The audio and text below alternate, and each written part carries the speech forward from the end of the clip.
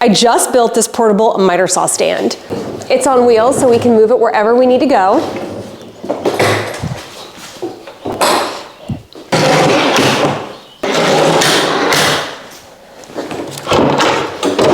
Both sides pop up so that you've got plenty of space for the boards when you're making your cuts. It was so easy to do. Let me show you how.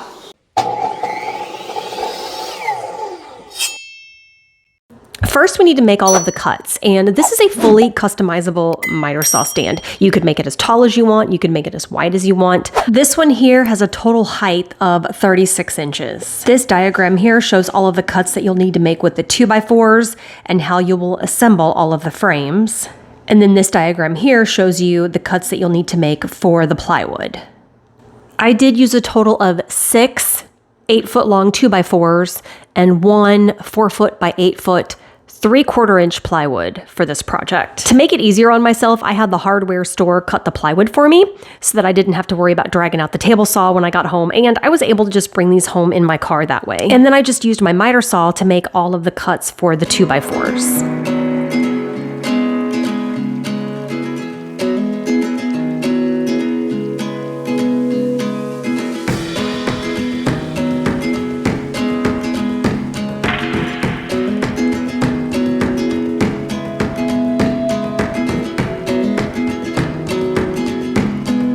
And this is what we've got when we're all finished. And next I'm going to assemble all of the framing pieces. I'm going to start with the top and the bottom of the center part of the stand first. And I'm just going to take a drill some pilot holes, and then insert screws to put all 4 of these pieces together. And I'm using 2.5 inch wood screws here, 2 of them on each end.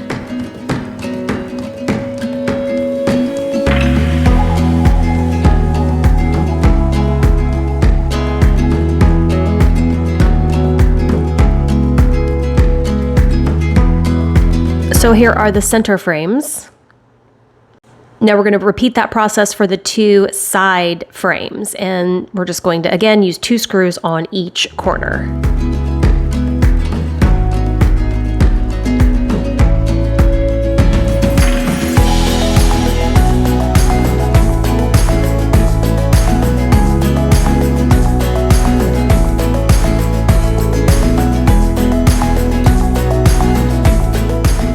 And here we have our 4 support frames done. These 2 smaller ones are for the sides of our miter cabinet, so we're just going to put these out of the way for now, and we're going to put these 2 together.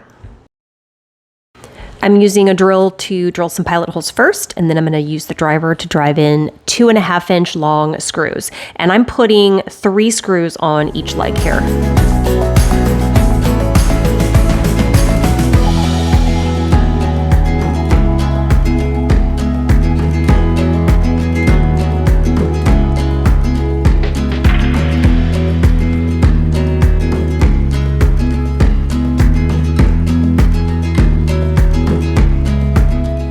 Next up, I'm going to take this part I just assembled, and we're just going to flip it over, and we're going to attach the other little framing piece to it. Same deal as before, we're going to use 3 2.5 inch long screws on each leg.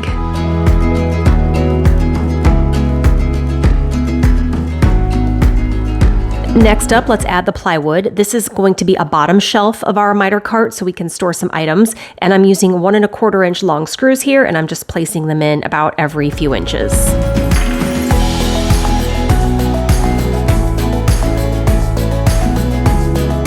And of course, we'll do the same for the top. We're just going to place a piece of plywood there, and then I'm going to put some 1.25 inch long screws every few inches or so.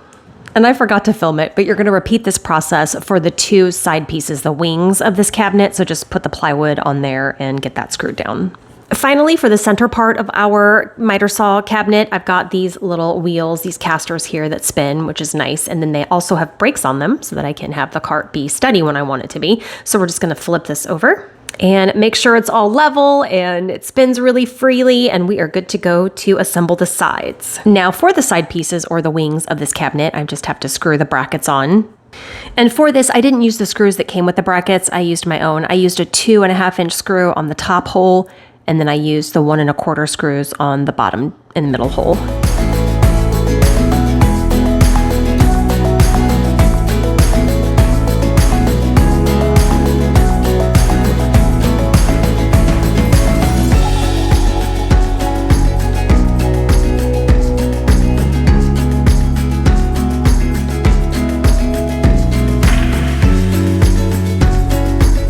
Now we'll set the side piece on top of the brackets, and we're going to screw the brackets in from underneath. And again, I'm using my own screws here, some of the 1 1/4 and some of the 2.5 inch.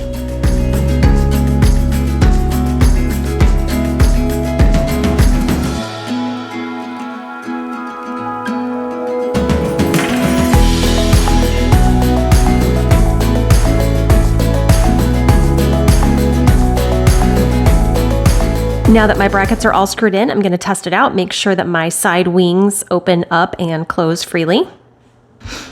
And that's it. I've got my little miter cart here all finished. I can wheel it around from project to project. I can lock the casters when I want it to be stationary.